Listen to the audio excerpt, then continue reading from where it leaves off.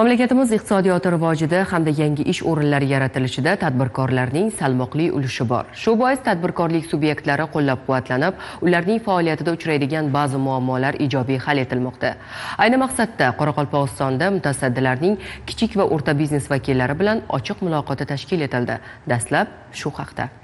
So'nggi yillarda Qoraqalpog'iston Respublikasida turli sohalarda biznes muhitini yaxshilash, tadbirkorlikni qo'llab-quvvatlash choralari ko'rilmoqda. Ma'lumot uchun bugungi kunda hududda jami 34574 ta kichik va o'rta biznes vakillari ishbilarmonlik bilan shug'ullanib, o'z faoliyatini kengaytiryapti. Bu yo'lda albatta ular muammo va kamchiliklarga duch kelayotgani ham tabiiy. Mana shunday ularni qiynab kelayotgan masalalarga qaratilgan uchrashuvlardan navbatdagisi Nukus tumanida tashkil etildi. Unda eng dastlab soliq qonunchiligiga oid o'zgarish va yangiliklar haqida so'z yuritilib, tadbirkorlikni moliyaviy qo'llab-quvvatlash mexanizmlari haqida ma'lumotlar berib o'tildi. Kichik va o'rta biznes vakillarining muammolari tinglandi. Jamiyatimiz qurilish tarog'i bo'yicha жұмыс olib boradi.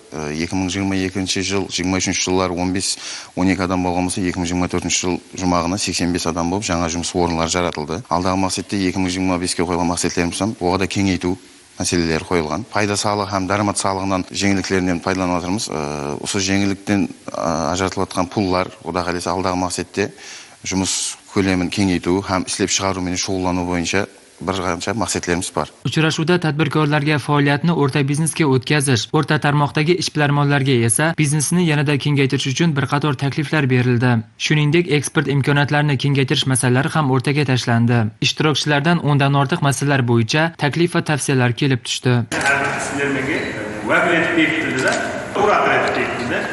Bu zat juda yaxshi bo'ldi. Masalan, ko'p sheshilmaydi masalalar bor edi. Fikriy to'g'riga chiqsaq, sheshilmaydi masalalarni bari sheshib berib o'tirdi hozir.